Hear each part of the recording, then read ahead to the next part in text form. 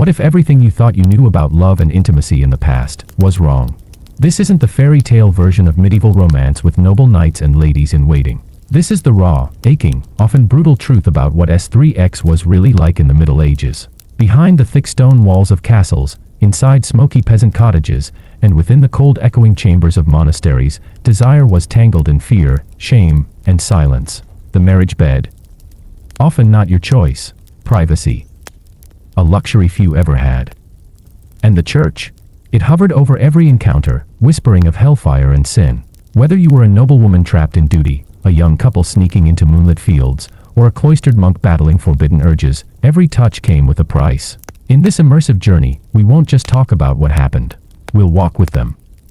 Feel what they felt. Hear the cold silence of a scheduled night. Flinch at the shame of public punishment. And glimpse the rare flicker of forbidden love that somehow survived. This is boring history for sleep, but tonight, you won't be able to forget it. The sky turns a soft bruise of violet as dusk settles across the village. Crows will overhead, retreating to the trees, their cries fading into the hush that spreads with the falling sun. In the center of the small hamlet, built from bent timber and daubed walls, sits a thatched cottage, no different from the others, yet it carries its own quiet secrets, buried under years of soot, straw, and silence. Inside, the air is warm, close with the scent of wood smoke and barley broth. The hearth has been burning since early morning, fed by whatever could be spared, twigs, dried dung, scraps of plank. Firelight flickers against the low ceiling beams, throwing long shadows across the floor, where rushes have been freshly laid to cover the dirt beneath. A woven curtain separates the sleeping corner from the cooking hearth, but it muffles no sound. In here, nothing stays hidden. Not really. In this house, as in all others, privacy is a luxury no one has. A family of 5 or 6 might sleep in this single room, limbs twisted together on straw-stuffed pallets, with animals in the corner, hens roosting, a goat tethered, a dog curled up for warmth. In such tight quarters, every breath, every shuffle, every whisper is heard. And yet, certain things are never spoken aloud. At the table, a mother sits with her eldest daughter, hands busy with mending. They speak in low tones, their words chosen carefully.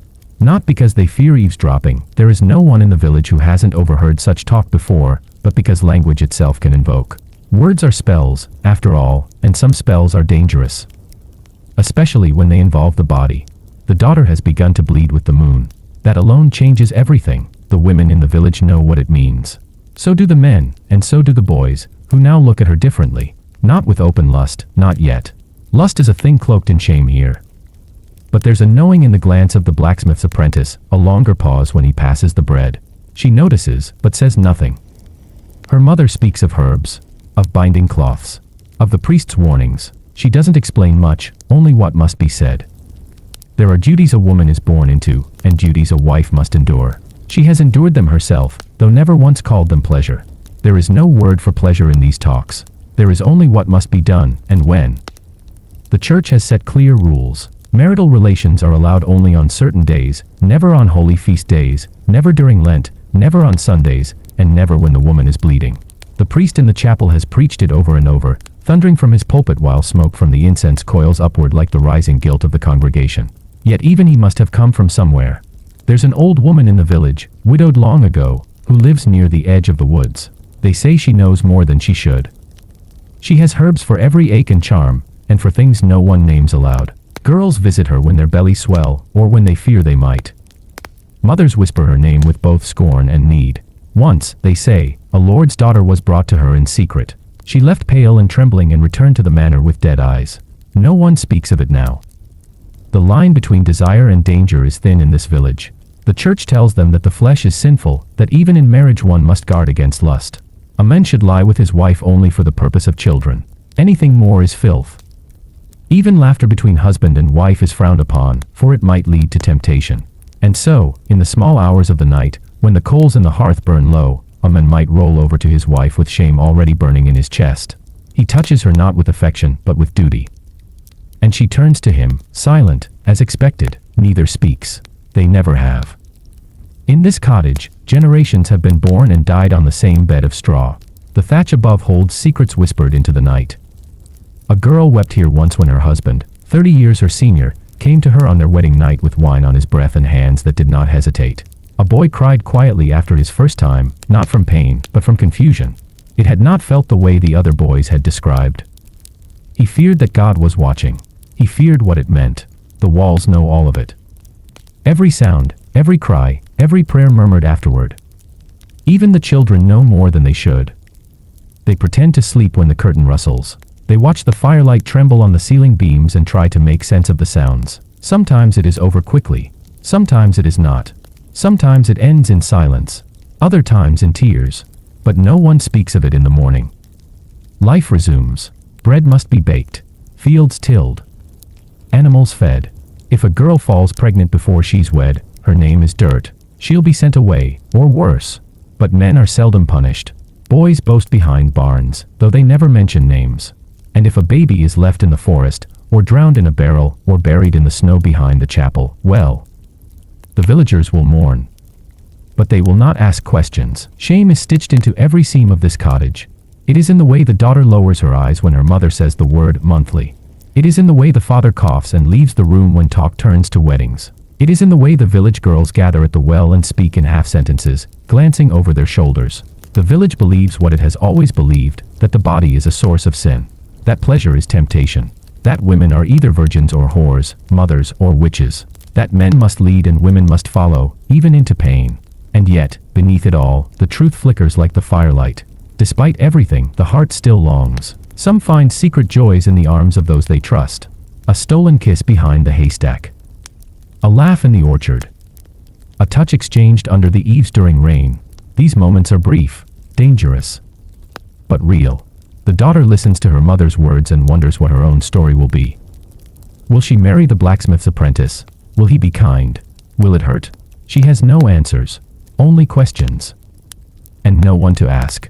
Outside, the night deepens. An owl calls from the trees. Somewhere in the distance, a dog barks once, then falls silent. In the cottage, the fire sinks low. Shadows gather. Another night in the village begins, wrapped in the same silence that has cloaked every generation before. And behind the wattle walls, the whispers continue. Soft, careful, half-spoken truths, tangled with myth, stitched with fear, and passed down like heirlooms. The girl had just turned 14 when her father called her into the room. He didn't meet her eyes, but his tone was final. The match had been agreed. Her dowry, 3 goats, a sack of barley, and the woven cloth her mother had saved, would go to the men from the next village. She did not know his name. She had seen him once, standing at the edge of the fairground, arms crossed over his chest, watching the oxen pull the cart. He was perhaps 30, maybe more. In her mind, marriage had been a distant concept, a word whispered between girls like a half-forbidden story. But now it had arrived, heavy and real, and nothing like what she'd imagined. There had been no choice, no proposal, no questions. Her mother gave her a bundle, some thread, a comb, and a strip of cloth with faded embroidery, and told her to behave. That night, she didn't sleep. The next morning, she was led to the chapel, where the priest performed the ceremony in Latin, words none of them understood. Her hand was placed in his. Bread was broken. The villagers muttered blessings. Then she was his. In the Middle Ages, marriage was rarely about love. It was a transaction, a binding of households, a shift in property, a consolidation of land and power, no matter how small. For the noble class, alliances were forged to keep bloodlines pure and borders stable. Among the peasants, it was about survival. 2 working hands were better than 1. A wife could bear children, milk the goat, mend the linens. Her body was a vessel, her worth measured in fertility and obedience. Consent was a murky thing. The church claimed to require it, but in practice, few asked the girl what she wanted. A nod, a silence, a glance, any could be interpreted as agreement. Parents arranged matches as early as possible. Girls were often promised before they reached the age of understanding. Boys, too, were caught in duty, but they were allowed to wait longer. For girls, the clock moved quickly. Youth was prized, and fertility assumed. The marriage bed belonged to the household, not the couple. In cottages like hers, there was no door to shut.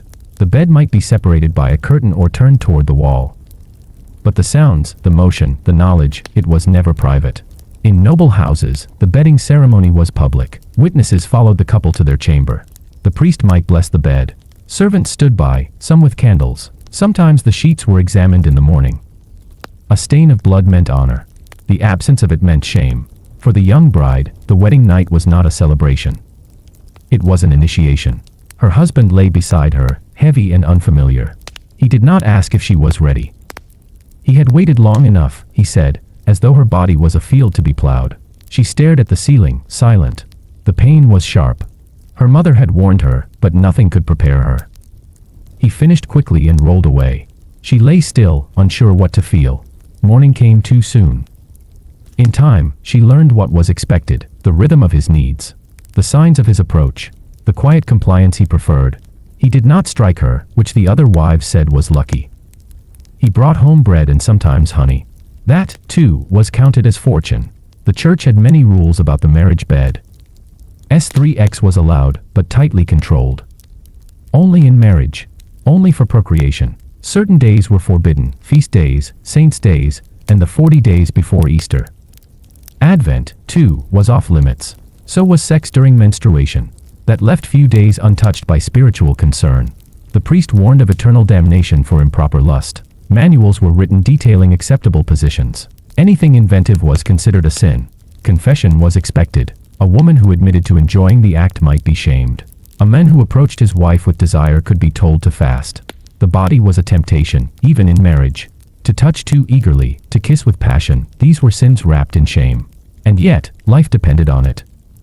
Children were born because of it. Stillborns too. Mothers died in childbirth. So did infants. Each time she lay in that bed, she risked more than pain. She risked death. Her husband was not cruel. But he was not kind, either. He believed, as many did, that his wife was his property. The church said he had a right to her body. If she refused him, she sinned. If he took her against her will, it was not called violence. It was called marriage. Once, when she fell ill, he waited 3 nights. On the 4th, he came to her, saying the priest had absolved him. She was too weak to resist. Afterward, she bled for days.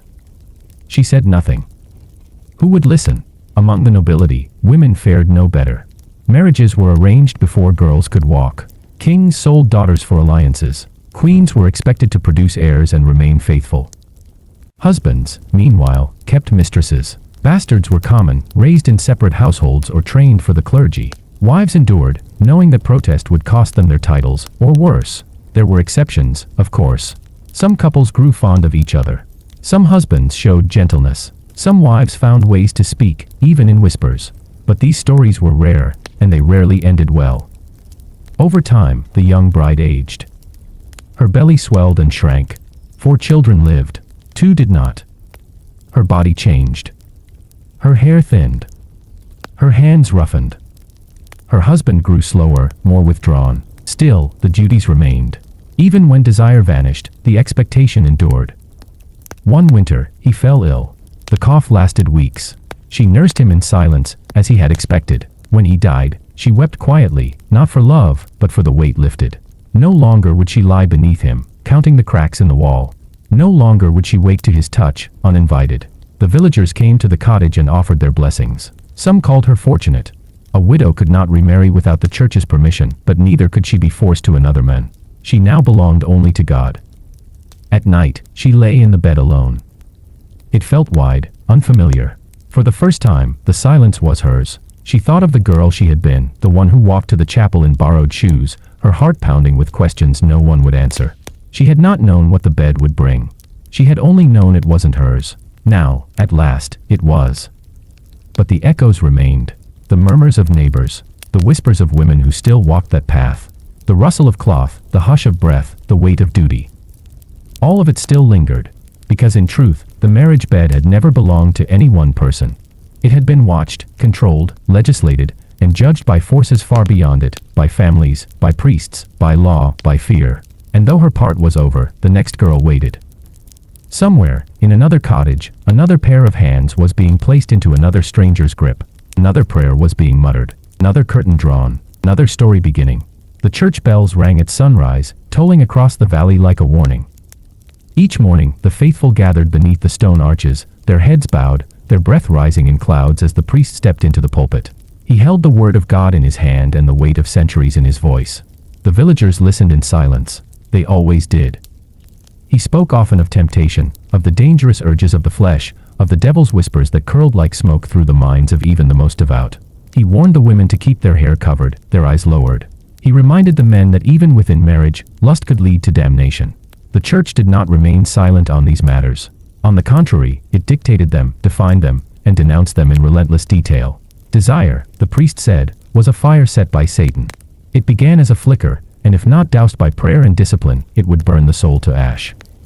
To feel longing, to seek pleasure, to take joy in the body, it was not just sin, it was danger.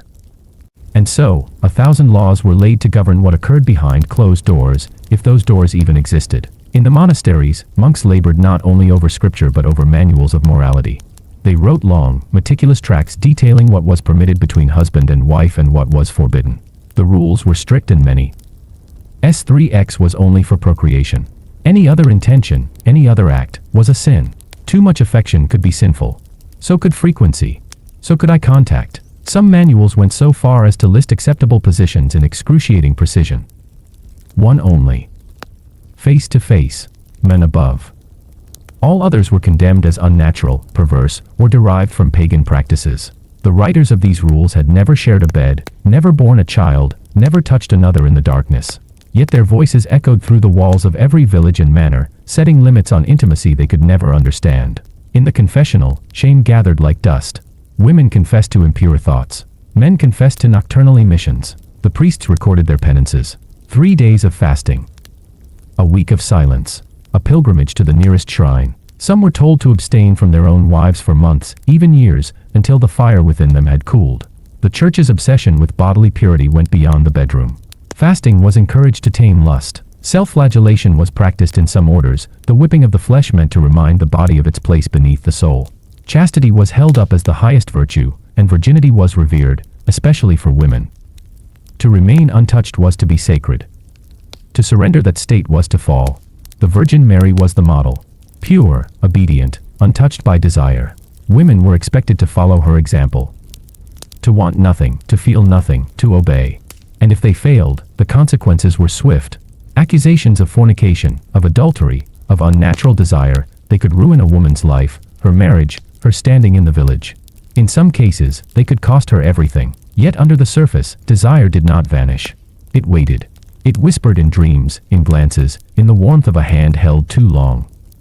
It found its way into stories, into songs, into secret letters passed under cloaks. The lovers of medieval Europe were not saints. They were human. And no number of sermons could change that. The church tried to legislate every corner of intimacy, but it could never fully control the heart. Even in cloisters, temptation stirred. Among the monks who had sworn oaths of celibacy, there were those who struggled with longing. A smile from a visitor. A memory of a life once lived. A glance that lingered too long. The walls of the monastery were thick, but they could not keep everything out. Some monks recorded their own battles in journals. They wrote of dreams they could not stop, of urges that returned no matter how much they prayed. One monk confessed to whipping himself nightly in hopes of driving the desire away. Another claimed to have fasted for 40 days, only to wake in the night with trembling hands and shame in his chest. Nuns, too, were not immune. Locked away in convents, many had been placed there by families who could not afford a dowry. Some had chosen the life, but others had not. Behind the walls, bonds formed. Not all were spiritual. Some were tender, even physical. The church punished harshly when these were discovered, but the records survive. They tell of women who held each other in the dark, who whispered confessions of love in the chapel, who paid the price for a connection that the church had no name for. Even priests, held as holy, were not exempt. Some fathered children in secret. Others fell into temptation and vanished from their parishes, stripped of their robes. The very institution that condemned desire so forcefully was riddled with it. The fear the church sowed was not just of social shame but of eternal torment. Lust, they preached, could send a soul to hell. A single impure act could condemn you to fire without end. Paintings in chapels depicted the damned, naked, writhing, consumed by flame. It was not enough to obey outwardly. Your thoughts had to be clean. Your dreams chaste, your desires pure. And so, people learned to live in quiet fear. They silenced their bodies, buried their longings, confessed what they could and hid what they couldn't. Women avoided eye contact. Men avoided affection. Children were taught early to fear their own impulses. Marriage, as permitted by the church, was a fragile sanctuary.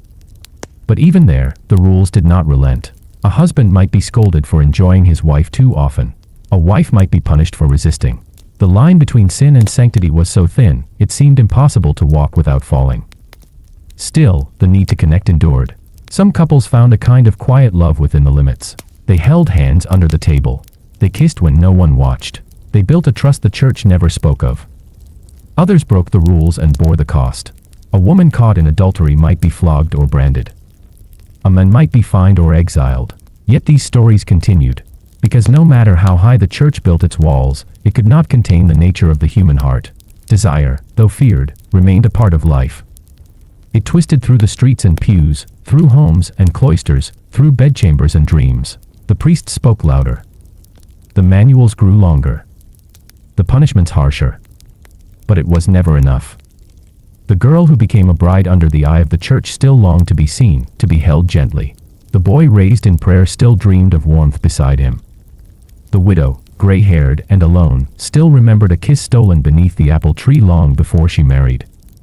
Even those who feared hell could not forget the brief moments when touch had made them feel alive. In time, the church would lose some of its grip. New ideas would rise. The body would no longer be seen only as a vessel of sin. But in the medieval world, it remained a battleground between heaven and flesh, between salvation and longing. And in that struggle, most people lived in silence. The corridors of the stone manor are cold long after the fire has gone out. The torches have been extinguished. The halls echo only with the soft shuffles of slippers and the distant creak of timber settling in the night. Behind one of the heavy oak doors lies the chamber of the lady of the house, tucked away in the upper levels of a keep that never truly sleeps. The room is large, but not warm. Drapes hang thickly over the bed and the windows, trying to keep out the bitter wind. Candles flicker low. The silence is not peaceful. It is weighted. The lady sits on the edge of her bed, her hands resting in her lap. Her gown is heavy with embroidery, stiff at the sleeves. It is not designed for comfort, only display. She waits. She has been taught to wait. Her maid has brushed her hair and pulled it back with ribbons. The bed sheets have been turned down. The coals in the hearth still glow faintly. Everything is ready. Because this night, like so many others, is not hers to claim. Her husband, the lord of the estate, will come when he chooses. Or he won't. There is no knocking, no asking, no consent. This arrangement was made years ago, when she was barely old enough to hold her head high in court. Her father had spoken to his. Dowries were exchanged. Lands promised. Her wedding garments were stitched by hands not her own. When she stood at the altar, she wore pearls and did not smile. She had not met him before that day. The noblewoman's duty is not to love. It is to provide. First a name, then a child. Preferably a son. If she cannot do this, she is a disappointment at best, a danger at worst. The future of the estate depends on her fertility, and yet, her own desires are never discussed. She is a vessel for lineage, not a partner in pleasure. When he enters the chamber, he says little. He seldom does. There is no conversation. The act is routine, conducted with the same regularity as prayer or supper. Some nights it is scheduled. A servant will whisper it to her after supper. His lordship will visit after the bell. Other nights, it is unexpected, but it is never optional. Her body is not her own. It belongs to the alliance, to the generations of men who require heirs, to the church, which commands her obedience, to her husband, who may not even see her as a person, but a duty fulfilled. Sometimes he is drunk. Sometimes he is in a foul mood. Sometimes he is tender. Those nights are worse. They make her feel something, and that only confuses the pain. On certain occasions, she is not even alone in the room. A servant may be asked to remain behind the curtain to witness the act. It is a formality meant to protect bloodlines, to avoid disputes over paternity. There are midwives who know how to watch discreetly. Their presence is quiet, but never invisible.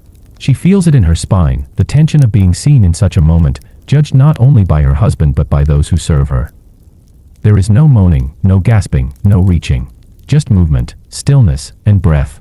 It does not last long. It never does. And when it ends, he leaves. She does not walk him to the door. She curls onto her side, facing the stone wall, and listens to his footsteps echo into the distance. Her maid returns without speaking, arranges the sheets, tidies the hearth, and disappears again. Not a word is exchanged. The noblewoman is not unique. Across kingdoms and counties, this pattern repeats. Daughters of wealth and rank are traded like chess pieces, moved from one estate to another to form ties and solidify power. Their comfort is not considered. Their happiness is not a priority. A quiet wife is a good wife. A fruitful wife is better. A barren one is a problem no one wants to name aloud. Many die in childbirth. It is a danger they accept, though not by choice. The birthing chamber is another prison, filled with whispers, hot towels, prayers muttered under breath. When the child comes, she is praised if it is a boy, consoled if it is not. Sometimes, when the blood flows too heavily, she closes her eyes and does not open them again. Another noble bride is chosen before the year is out. Those who survive may live in long silence. Their days are spent in embroidery, in managing the household, in nodding politely at guests who never look them in the eye. Their husbands ride to war, attend court, hunt in the forests. The noble woman waits. She becomes a fixture in the manor, beautiful and forgotten. Some women learn to speak softly and steer their fate through diplomacy. Others rebel in small ways, choosing the color of their gown, refusing to eat supper, singing in the garden where no one can hear. A few fall in love outside their marriage, though that road is treacherous. Adultery can mean disgrace, exile, or death. The stories are known. A countess found with her page. A baroness who fled in the night. Their names are spoken in hushed tones and never repeated twice. There are no poems written about the noblewoman's real knights. The ballads sing of courtly love, of stolen kisses and noble knights who fall on bended knee. But her life does not match the verses. Her love is neither tragic nor romantic. It is absent. And her body lies still beneath sheets too fine to comfort her. Over time, she grows older. Her face changes. Her hands lose their softness. Her children grow tall and forget to kiss her cheek. Her husband visits less. Eventually, he stops. She becomes the dowager.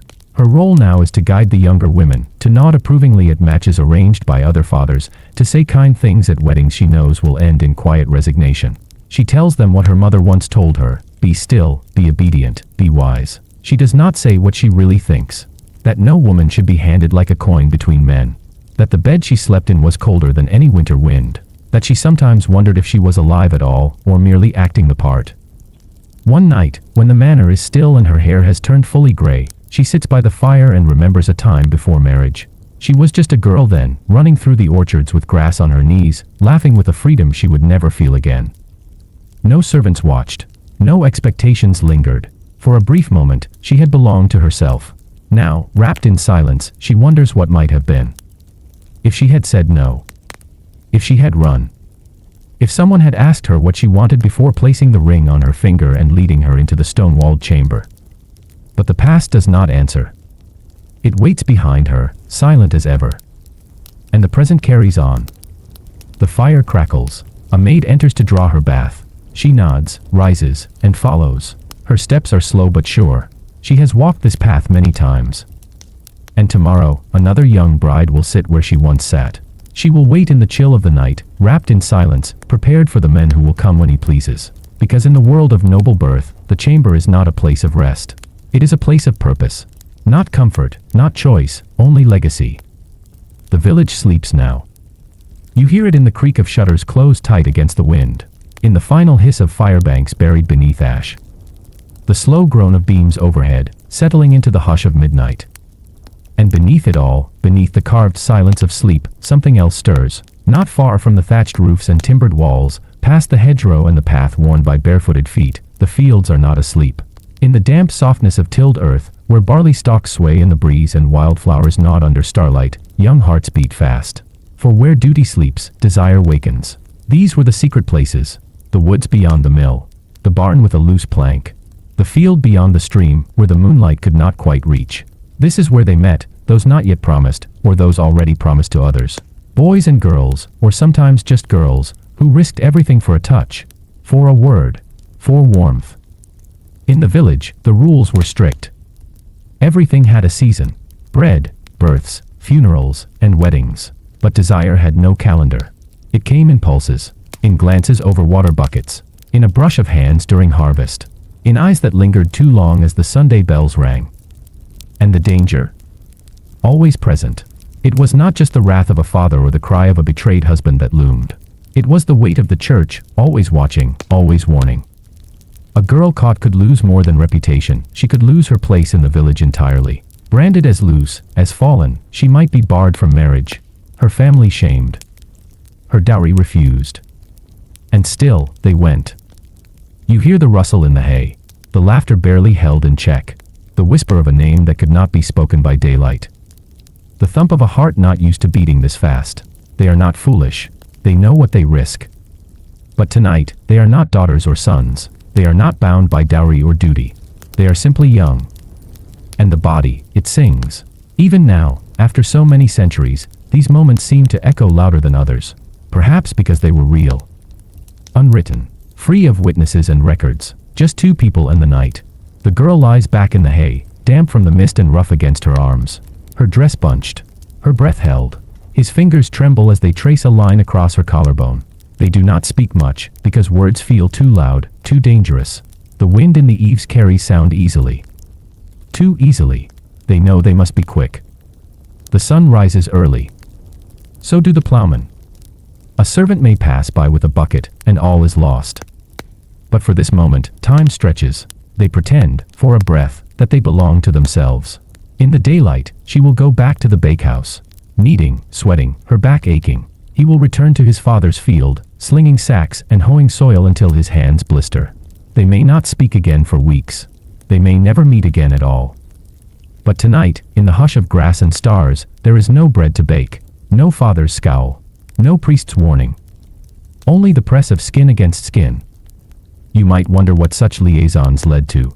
Sometimes, nothing.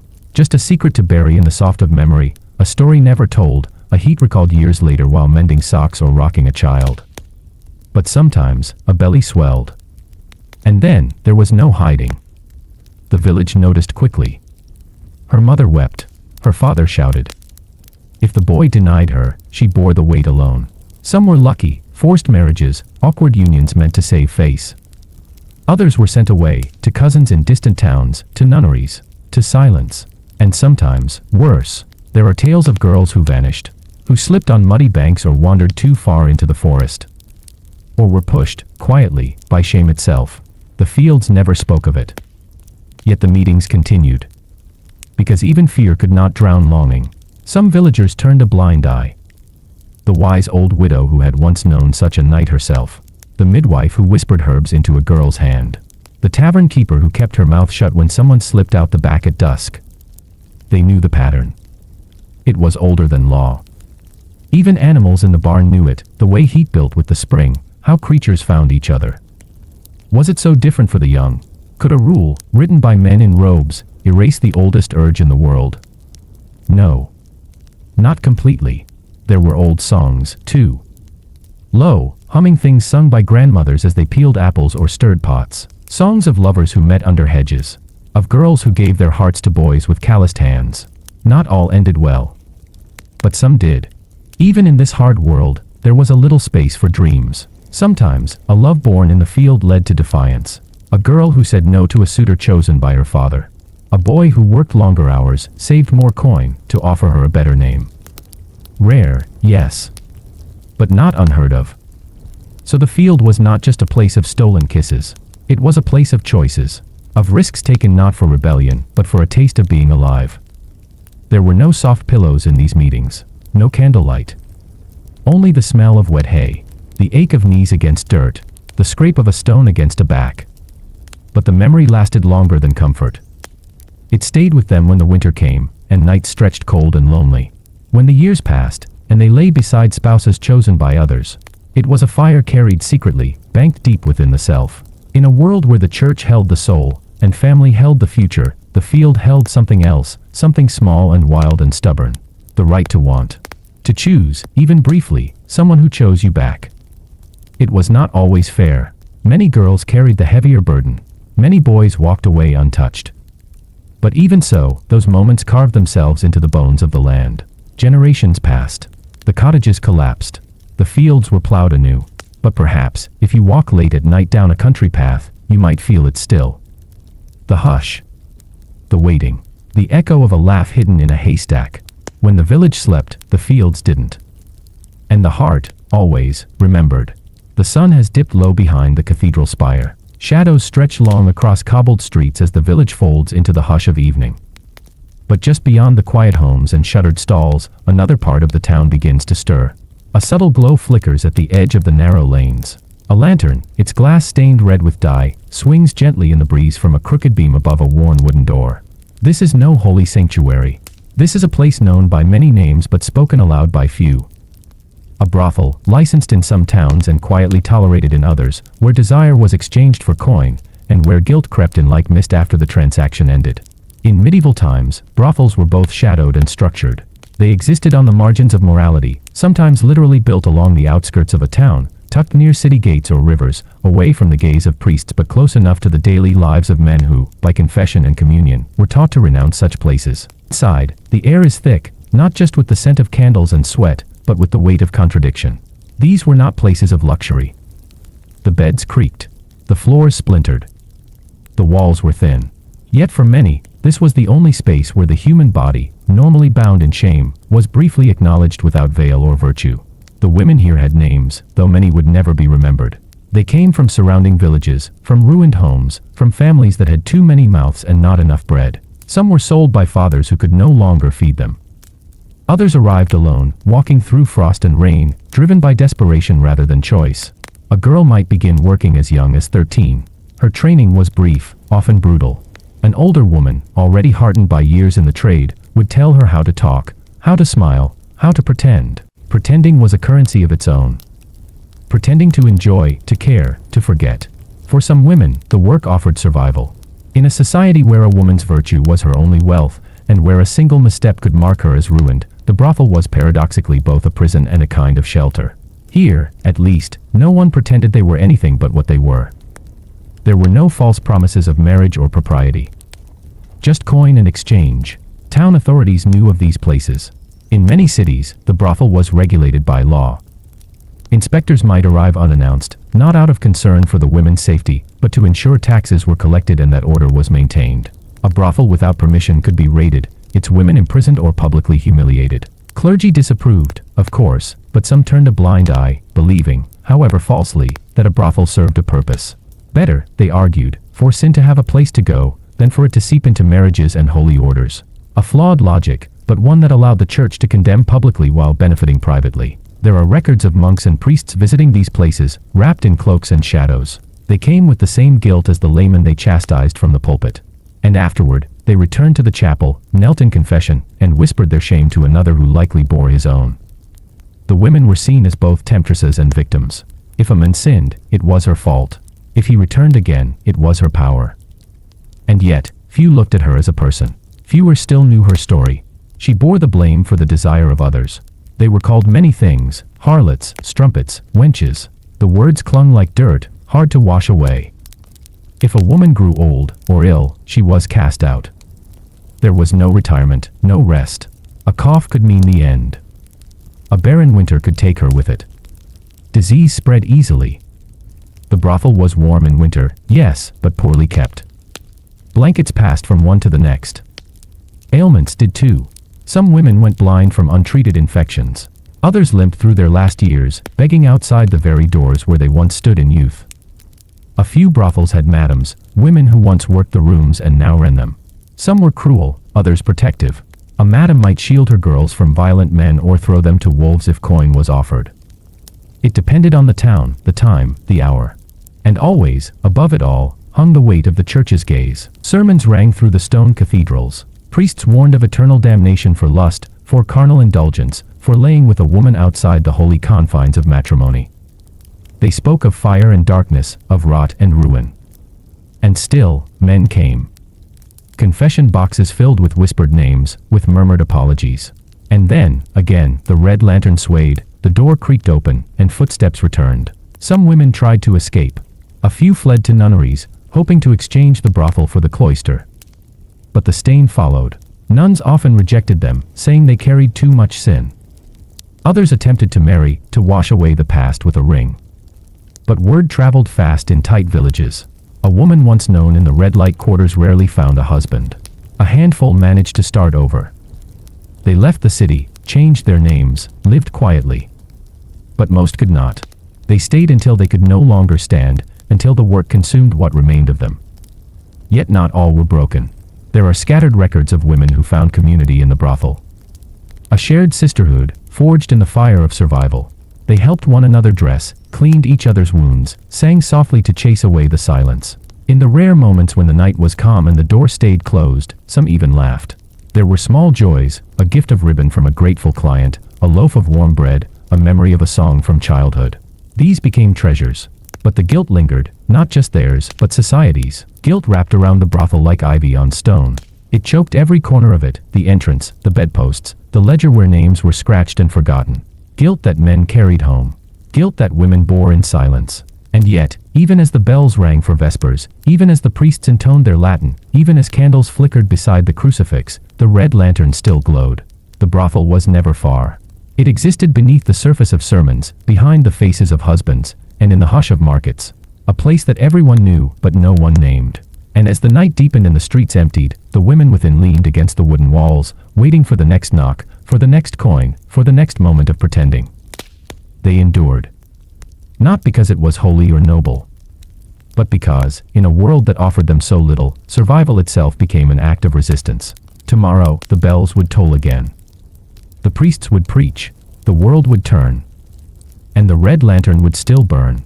Act 7, a doctor's guide to love potions and plagues dive into strange medieval beliefs around fertility, impotence, and disease. From herbal aphrodisiacs to leeches for imbalanced humors. Misunderstanding of anatomy led to dangerous myths. Syphilis lurked quietly behind velvet curtains. The room is still.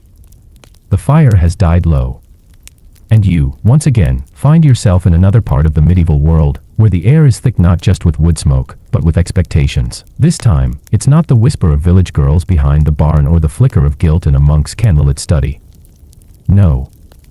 Now, we arrive at one of the most unforgiving myths of them all, virginity. To be born a girl in medieval Europe was, in many ways, to be born into suspicion. From the moment she drew her first breath, a girl's worth began its silent measurement. Her hands, her walk, her voice, watched. But most sacred, most guarded, most frighteningly powerful, was the idea that somewhere deep within her body, a seal waited to be broken. Virginity. It was not merely a state of innocence or youth. It was currency. A woman's reputation. Her family's honor. Her dowry, her marriage prospects, her safety. And yet, few truly understood what it meant beyond blood and hearsay. By the age of 12 or 13, many girls were already promised to a man or already wed. On the night of their arranged marriages, families often gathered behind thin walls or just outside the chamber, listening. Some brought along linen bed sheets, white as snow, to be inspected in the morning. For if a red stain appeared, the bride's purity was proven. If the sheet stayed clean, trouble began. In some homes, the bloody sheet was paraded like a victory banner. Hung out a window, flung over a fence, or shown to waiting witnesses. It was not enough to be married. You had to be proven untouched. But what no one admitted, or perhaps no one knew, was that biology is rarely so predictable. The hymen, that elusive tissue blamed for blood or the lack of it, does not follow rules. Some girls were born with little or none at all. Some tore it through riding horses, climbing trees, or working the fields. Others bled very little. And some, not at all. Yet all were expected to provide proof. If she didn't bleed, questions were asked. Was she a virgin after all? Had she lain with another man before her husband? Was she damaged, unworthy? In the eyes of some, she was spoiled goods. A lie.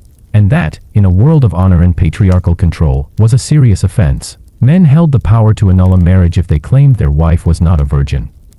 Even if they lied. Even if they had misunderstood the truth of her body. The woman, however, had no such option. Her silence was expected, her defense ignored.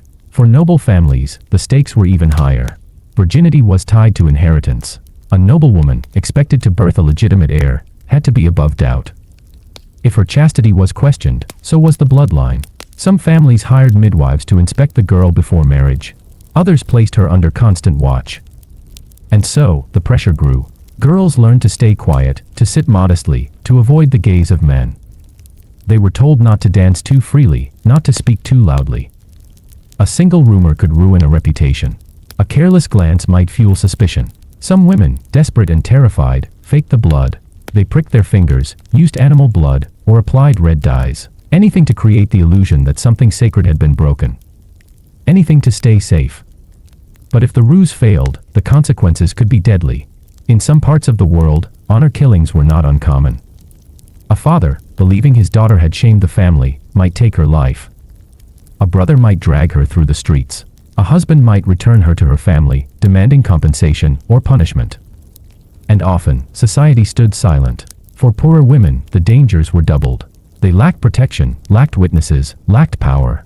If a man took advantage of them, he might still claim they were unchaste. If a pregnancy resulted, blame fell squarely on her shoulders. She might be forced into a convent. Or worse, cast out. Yet, despite the fear and the myths, women survived. They passed secrets among themselves. Midwives and wise women offered advice, whispered comfort, and sometimes provided herbs to delay bleeding or mimic its signs. In hushed corners, behind curtains, they did what they could to shield one another. Still, the myths persisted. Religious texts, written by men far removed from the realities of womanhood, reinforced the obsession. Virgin saints were glorified, their purity praised as their most holy attribute. Martyrs who died before surrendering their virginity were held above those who lived. Even the Virgin Mary, painted on every church wall, served as an unreachable ideal. A mother without ever having been touched. This impossible standard, this divine contradiction, became the measuring stick for every woman to follow.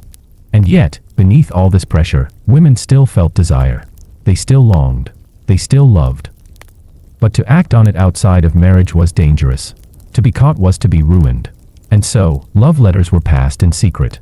Lovers met behind barns, in cloisters, in the woods beyond the fields. Some were caught. Some weren't. In rare moments, passion triumphed. A girl and boy married for love, and the wedding night was filled with nervous laughter rather than cold silence. But those stories, though real, were the exception, not the rule. The myth of the hymen carried on for centuries. Long after the medieval age passed, people still believed the lie, that a woman must bleed, or she had failed. Even today, in some corners of the world, that myth endures. But back then, in the quiet night of a peasant's hut or behind the stone walls of a noble estate, the danger was real. Blood meant honor. Lack of it meant shame. And the truth of a woman's body, her anatomy, her experience, her truth, was ignored. As the firelight flickers low, and the chamber falls into silence, the weight of this myth settles like dust on the skin. It is a story passed from mother to daughter, whispered from one generation to the next. A tale of fear disguised as virtue, of ignorance wrapped in power. The girl in the story lies awake, her hands clasped beneath her thin blanket. She has done nothing wrong. She has only existed, yet tomorrow, a sheet will decide her fate, a stain will write her history. And no one will ask how she feels, so she waits. As countless others once did. In silence, in the hush of dawn, as dew clung to the leaves of the cloister garden, the monastery stood wrapped in its quiet rules and colder stone. Life here moved with the rhythm of bells, matins before the sun, vespers at twilight, compline before sleep. Every hour marked not by freedom, but by duty to God. Yet in the silence between prayers, something else stirred. Something human. Something forbidden. Beneath the flowing robes of monks and the folded habits of nuns, there still beat hearts not entirely dead to longing. The church had declared desire a danger, especially the desires that strayed from man and woman within wedlock. But behind those thick monastery walls, far from the eyes of lords and bishops, human connection sometimes bloomed in the least expected corners. For the monks, days were filled with scripture, study, and manual labor. They wrote by candlelight, copied sacred texts with aching wrists, and sang hymns in cold chapels. They were supposed to live as brothers, equal, pious, devoted. But among those solemn ranks, feelings sometimes budded in stolen glances across the refectory or during the tending of the abbey's bees. He might have noticed the curve of another's mouth during prayer, or felt a warmth when their robes brushed while sorting herbs in the apothecary. These were not desires learned in books or encouraged by any rule. They came without invitation, without welcome, and yet refused to leave. It began quietly. A hand lingering too long. A glance held past its acceptable limit. A whispered confession in the scriptorium that was not about sins of pride or sloth but about feelings, about longing, about confusion, and sometimes about love. Letters were written. Not long or poetic. Just small slips of Latin phrases tucked between hymnals or hidden in garden walls. Frater, cogito de te, brother, I think of you. Nothing more.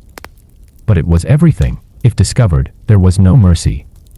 The church did not ask questions. Canon law was clear.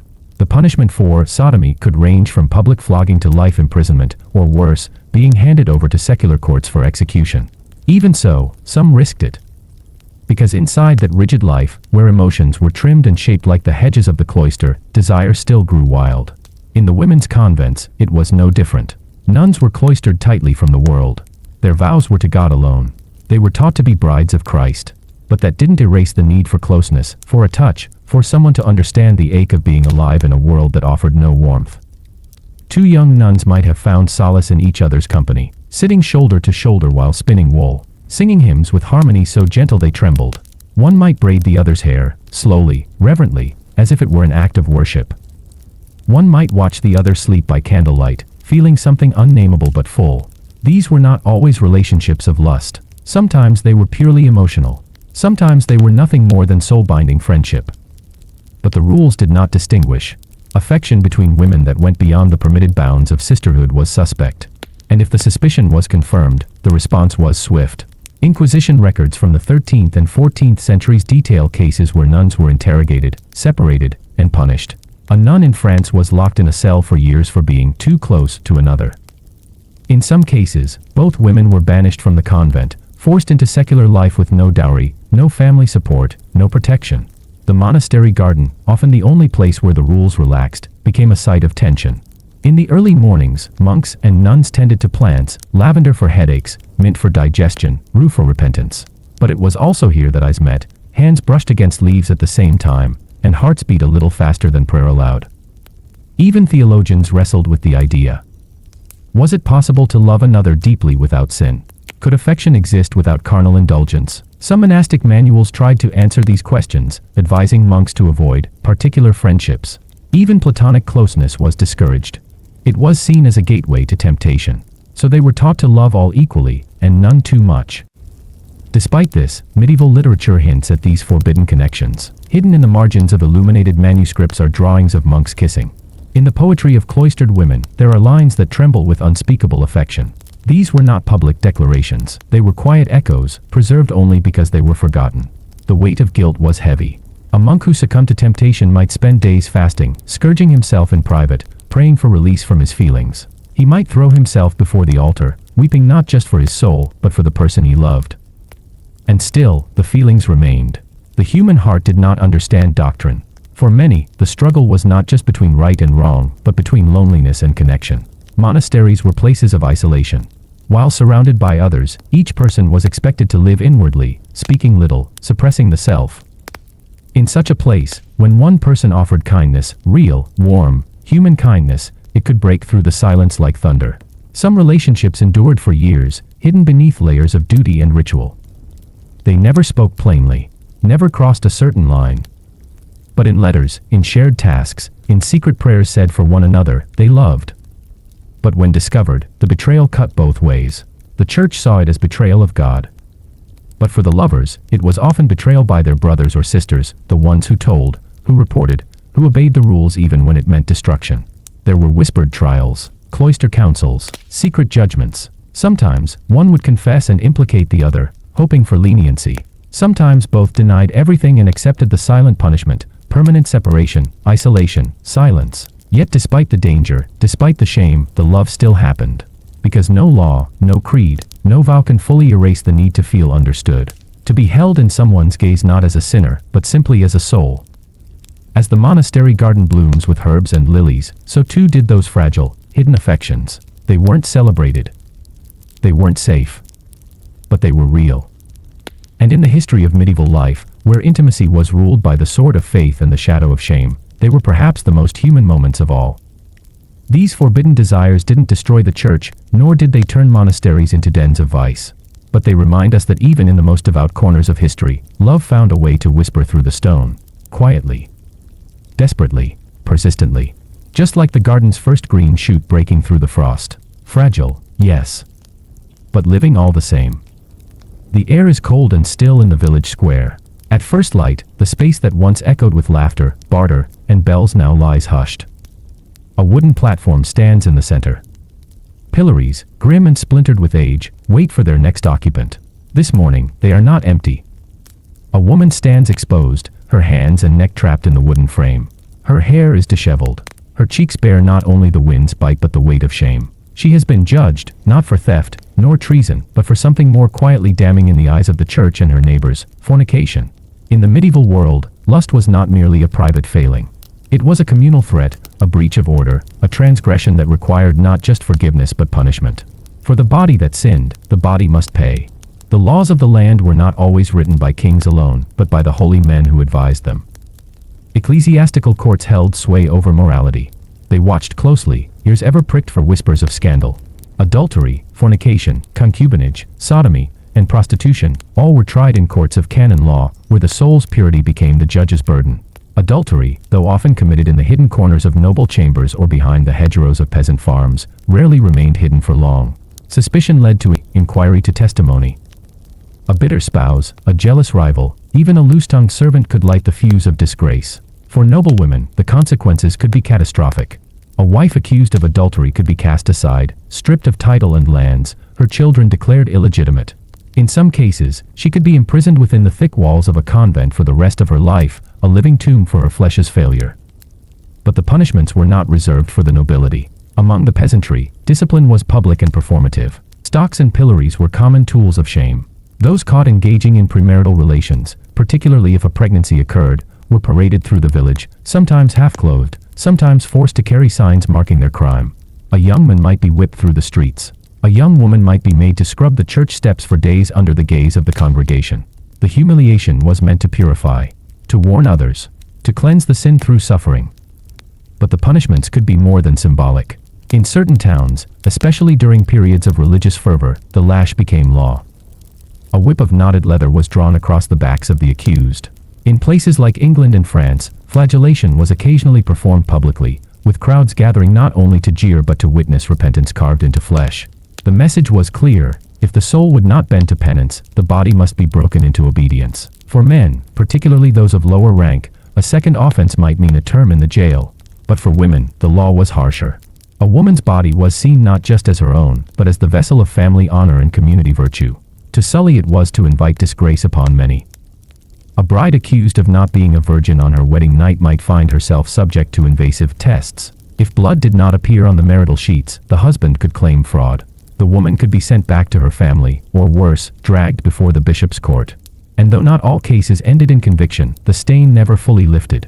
There were, of course, variations across regions. In parts of Italy, lovers caught in the act might be forced to marry on the spot, with clergy fetched in the dead of night.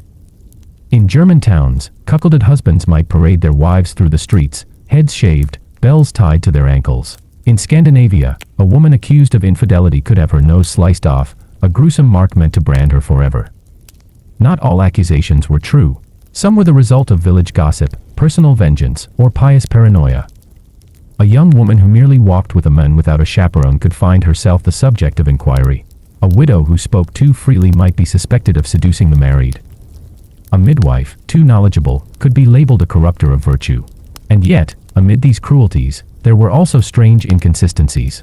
A nobleman might be forgiven for dalliances, his sins confessed and washed clean with generous donations to the church. A wealthy merchant might arrange quiet settlements to avoid public scandal. Priests themselves were not immune, many had mistresses, some bore children, and while this was frowned upon, it was often hidden or excused. But for the poor, for the powerless, for women, there was no such leniency.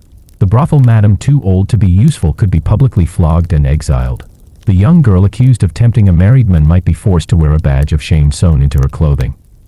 A man caught with another man could be burned at the stake. There was little distinction between crime and sin, between morality and law. Lust was a vice, yes, but it was also a trespass. The church taught that to indulge desire was to feed the beast within. To resist it was to move one step closer to salvation.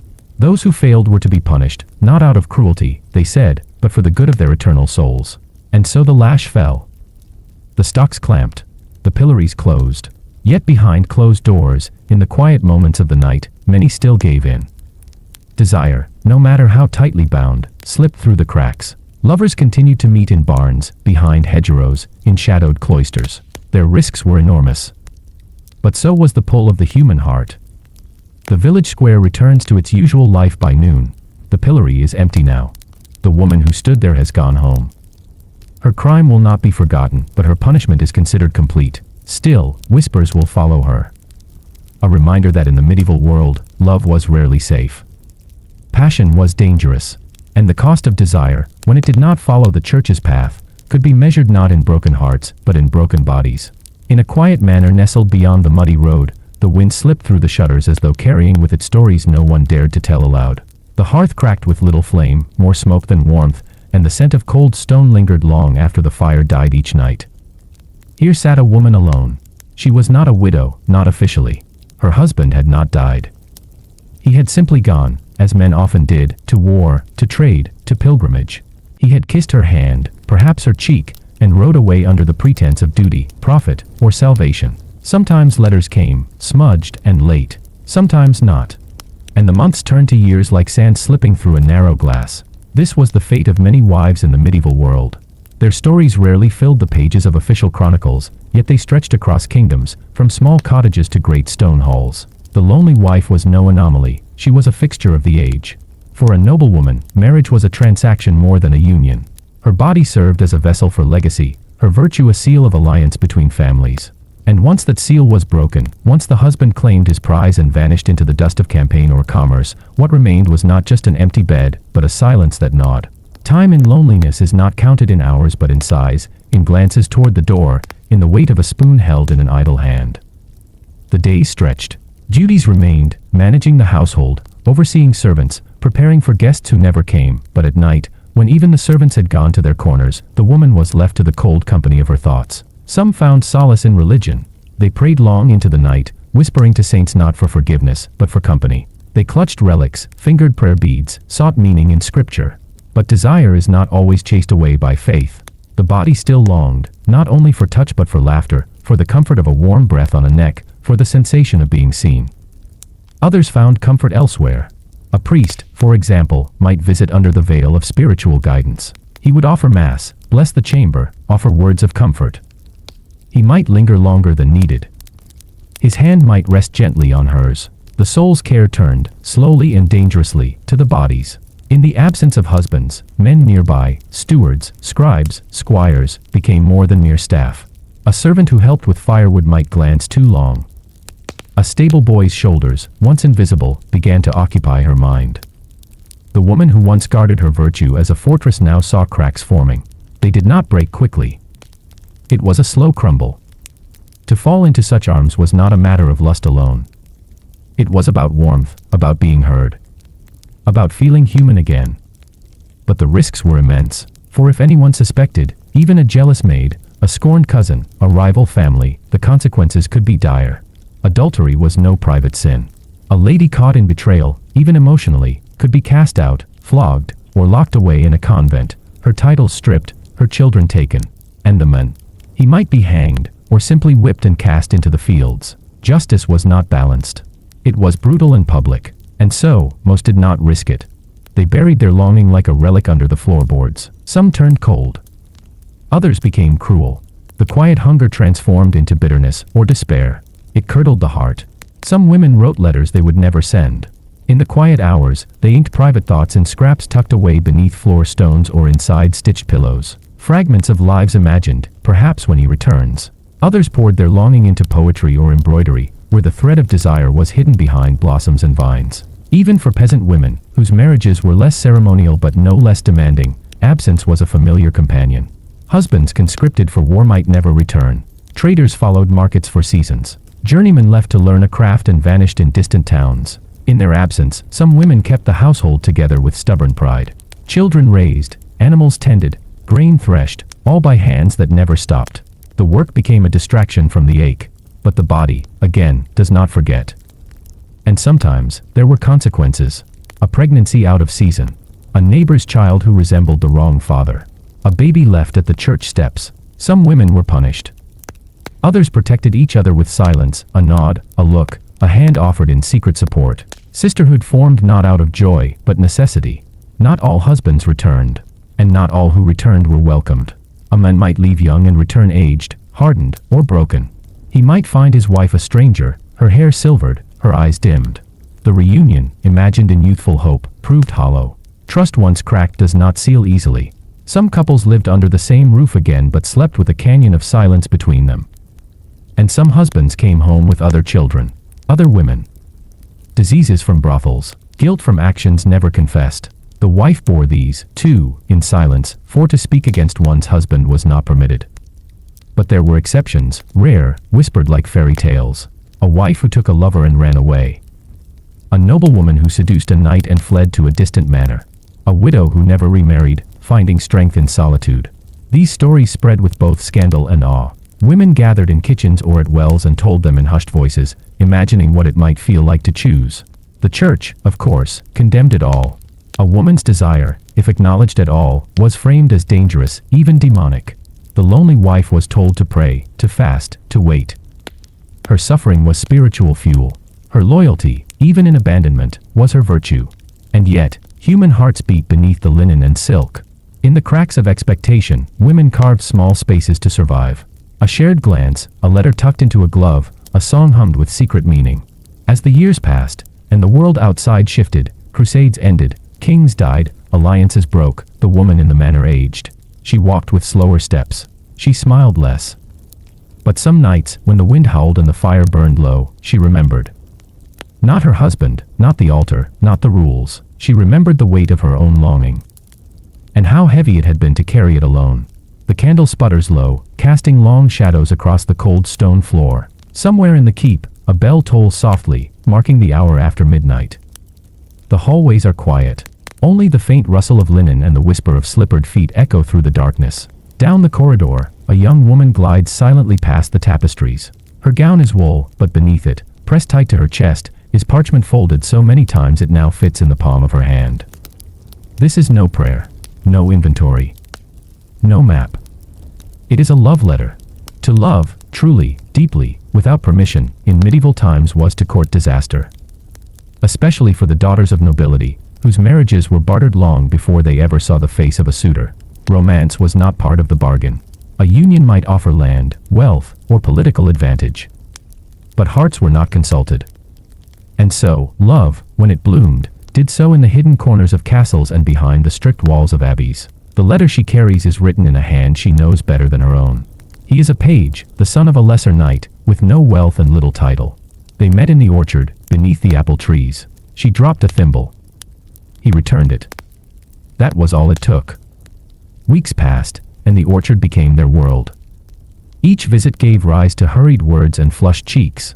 And then came the notes, left in the hollow of an old oak tree. He wrote in verse. He wrote of her eyes, her hands, the sound of her laugh. She wrote back, once, with trembling fingers, terrified the ink might betray her.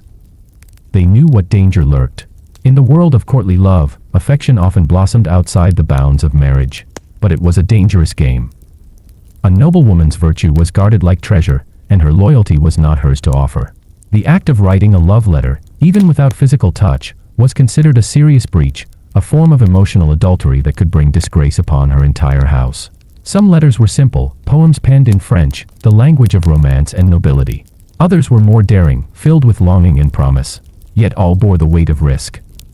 If discovered, the consequences could be dire. A noblewoman could be locked away, sent to a convent, disinherited, or worse. Her lover might be flogged, maimed, even executed. The ink of passion, it seemed, could spill as easily as blood. And still, they wrote. Not just noblewomen. Knights wrote to ladies they could never have. Clerks fell for maidens beyond their station. Even among the clergy, letters passed through secret hands. They were hidden under floorboards, sewn into hems, or pressed between the pages of holy books. But in noble courts, especially those of France and England, the culture of fin amour, refined love, gave rise to an entire art form. Troubadours composed songs about unattainable women. Knights swore loyalty not just to kings but to the ladies who inspired them. These ideals filled halls with music and hearts with yearning, but they also blurred the lines between fantasy and folly. A whispered word, a stolen glance, a scrap of paper could spiral into scandal. Servants, ever present and observant, often became unwilling spies. One misplaced letter on a writing desk could unravel lives. Jealous rivals, protective fathers, overbearing brothers, all were quick to act when honor was at stake. The smallest rumor could bring a house down. In some courts, guards were instructed to search the chambers of young women for evidence of improper communication. Mothers reminded daughters daily, love is not your concern. Duty is. Silence is. Obedience is. Still, the girl moves through the hallway. She reaches her chamber and bolts the door. Her heart drums like a festival drum. She lights another candle and carefully unfolds the letter. The words are smudged from her breath and fingers. She reads them again and again. He will be near the stables tomorrow at dusk, pretending to tend the horses. One glance from her, he says, is worth more than the sun. She presses the letter to her lips. Then, she does what all lovers in her position must do. She burns it. Smoke curls upward, bitter and brief. No trace must remain. But the words, the ink, they live on in her memory. In some towns, secretaries of courts kept collections of confiscated letters. The parchment became legal evidence, a stain that could never be scrubbed clean. In Paris, a girl of 15 was hanged when her affair with a priest was discovered. They found his letters sewn into her bodice. The court read them aloud before the rope was tied. In other cases, love letters were used as weapons. A jealous wife might deliver her rival's note to the bishop. A father might use his daughter's writings to annul a marriage or ruin a suitor. They were currency, delicate and dangerous. And then there were the lovers who could not write at all. For the illiterate, the yearning still lived, but the words had to be whispered, memorized, or conveyed through tokens, a ribbon, a carved wooden heart, a pressed flower. In such cases, messengers were trusted with secrets. A stable boy might carry a folded page in his boot. A maid might tuck a ring into a basket of bread. These go-betweens often knew more than the lovers themselves. And yet, in spite of all danger, people continued to write. Because even in a world ruled by law and faith and fear, there was something in the human heart that refused to be quiet. Something that needed to be said, even if it cost everything. In the dark corners of abbeys, monks copied holy texts by day and wrote sonnets by candlelight. Nuns who took vows of silence penned confessions of longing into the margins of prayer books. Knights in bloodied armor composed stanzas with trembling hands before marching to war. The letter, in every case, was a whisper against the storm. A rebellion of ink. A prayer of the flesh. Morning comes.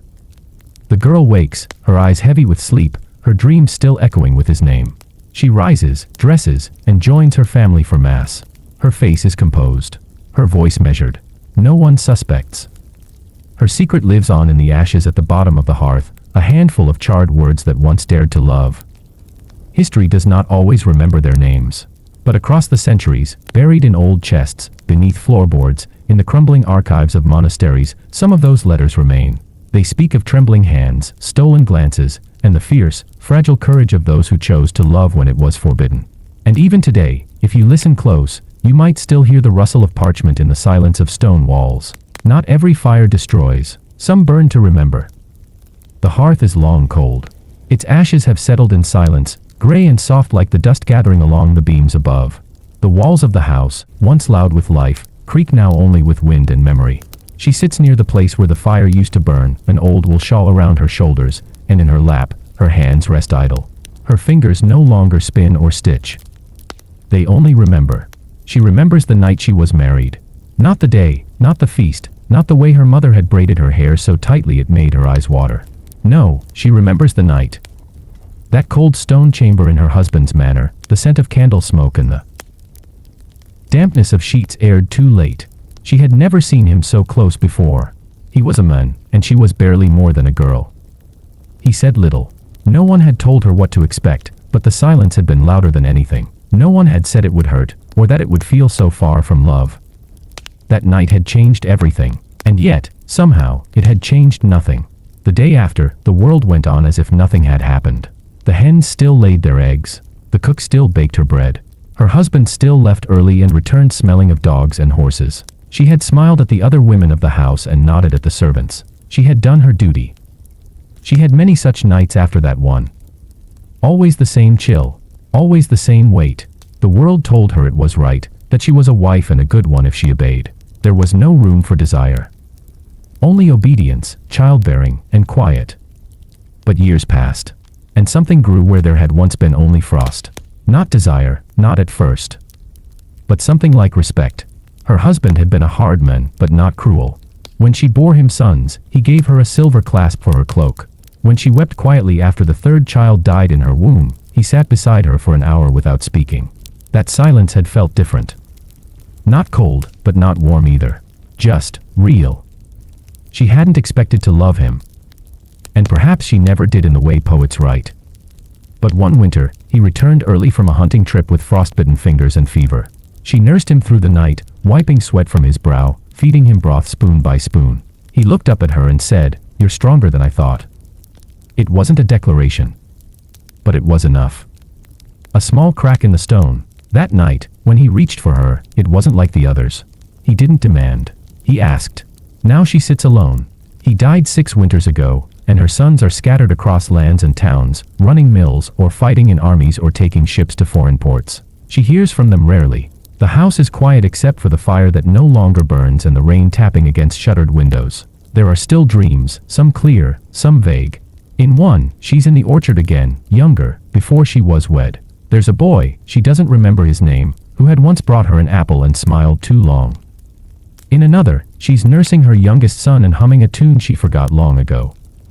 In others, her husband lies beside her, older and gentler than he ever was in life, simply watching the fire with her. Neither speaks. There's no need. Her body has changed.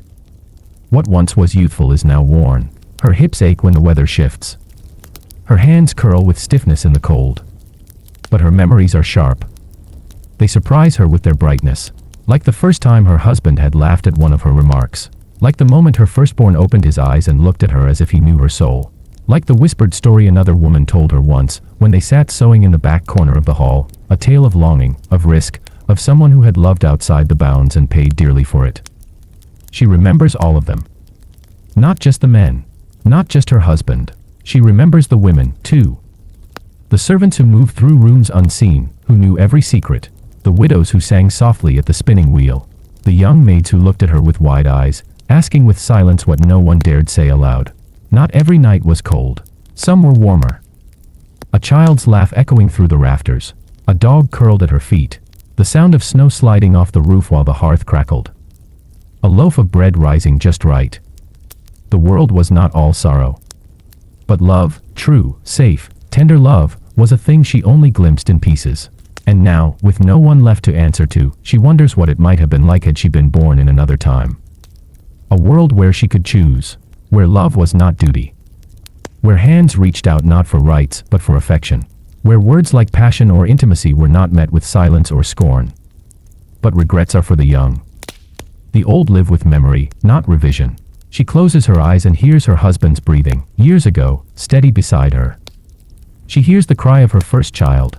The hushed blessing whispered by a nun after a miscarriage. The song her mother sang when brushing her hair. Each sound is a thread in the tapestry she carries within. Sometimes, young girls come to visit her. The daughters of neighbors or kin. They ask her questions. What was it like to be married? Did you love him? Was it different back then? She always pauses. There's no easy answer. She tells them it was as it was. That sometimes, love grows from places you never expected. That sometimes, it doesn't. That silence can wound, but it can also shelter. That the body remembers what the heart tried to forget. And that some fires, even when they go out, still leave a bit of warmth in the stones. She doesn't speak of the coldest nights, or the deepest pain, not to them. Not because it must be hidden, but because it is already known.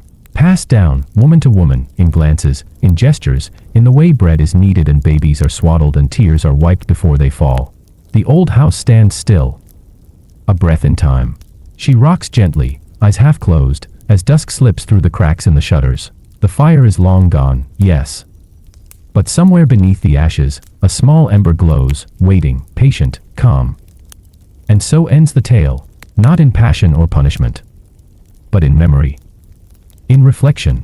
In the quiet truth that intimacy in the medieval world was rarely gentle, rarely kind, but sometimes, just sometimes, it was enough to leave behind a whisper of warmth.